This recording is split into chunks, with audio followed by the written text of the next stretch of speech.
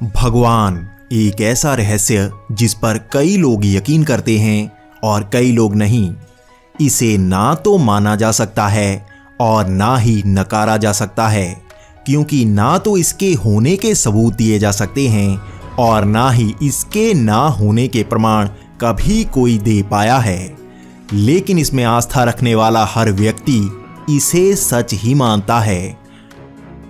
दुनिया में अलग अलग धर्म की अलग अलग आस्था है, लेकिन एक बात सब में समान है कि भगवान का अस्तित्व सच में है। लेकिन एक सवाल का जवाब आपको कहीं नहीं मिलेगा कि आखिर भगवान ने शैतान को क्यों बनाया? क्यों भगवान ने बुराई को बनाया? क्या भगवान की शक्ति बुराई को हमेशा के लिए मिटा नहीं सकती?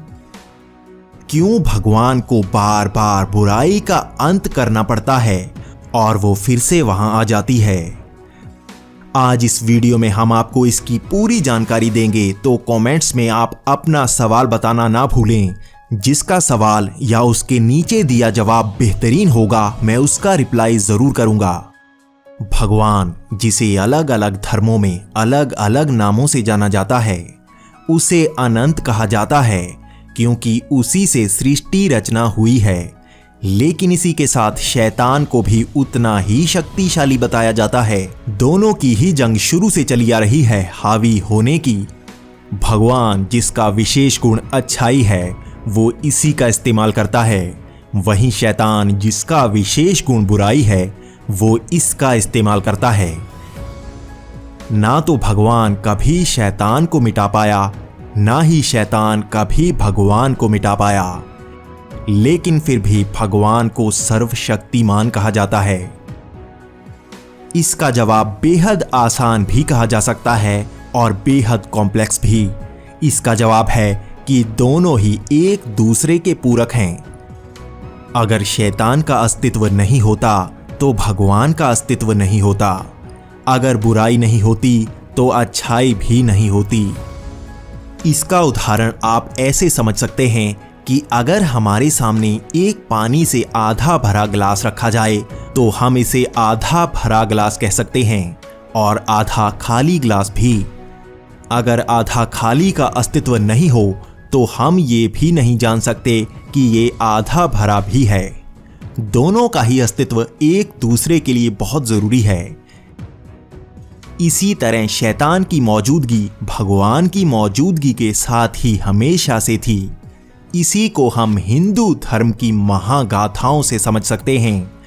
रामायण से लेकर महाभारत तक भगवान के अवतार तभी अवतरित हुए जब बुराई ने संतुलन को बिगाड़ा। अगर वहां पर बुराई का अस्तित्व नहीं होता तो वहां पर भगवान के किसी रूप का अस्तित्व नहीं होता। इसी को संतुलन कहा जाता है। अगर आपको लगता है सृष्टि के संतुलन का अर्थ बुराई का अंत होता है तो आप गलत हैं। संतुलन का अर्थ होता है दोनों का बराबर मात्रा में होना। किसी भी एक के बढ़ने पर संतुलन दोबारा बनाया जाता है। इस तरह से शैतान भी इस सिस्टम का वो भाग है जिसे भगवान से अलग नहीं किया जा सकता। अगर बुराई होगी ही नहीं तो आप कैसे जान सकते हैं कि अच्छाई का अस्तित्व है? जिस तरह से रोशनी का अस्तित्व भी अंधेरे के साथ ही है। अगर अंधेरा ना हो तो हम रोशनी के अस्तित्व को कभी जान नहीं सकते। यही कारण है कि चाहे भगवान कितना भी शक्तिशाली हो, वो शैतान का अंत नहीं करता, क्योंकि यह सृष्टि नियम है जिसमें दोनों बंधे हुए हैं और एक दूसरे के लिए कार्य करते हैं। विनाश हमेशा ही नए जीवन का सृजन करता है।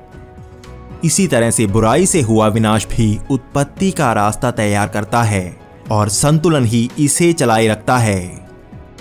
दोस्तों, अगर आप चाहते हैं हम भगवान के अस्तित्व के प्रमाण आपके सामने लेकर आएं तो कमेंट्स करके बताएं। हम एक डिटेल्ड वीडियो जरूर बनाएंगे, क्योंकि सृष्टि, समय और आयाम के नियम हमें ईश्वर को देखने नहीं, सिर्फ महसूस करने देते हैं। लेकिन यही नियम शैतान के अस्तित्व को भी इसी के साथ बनाए रखते हैं।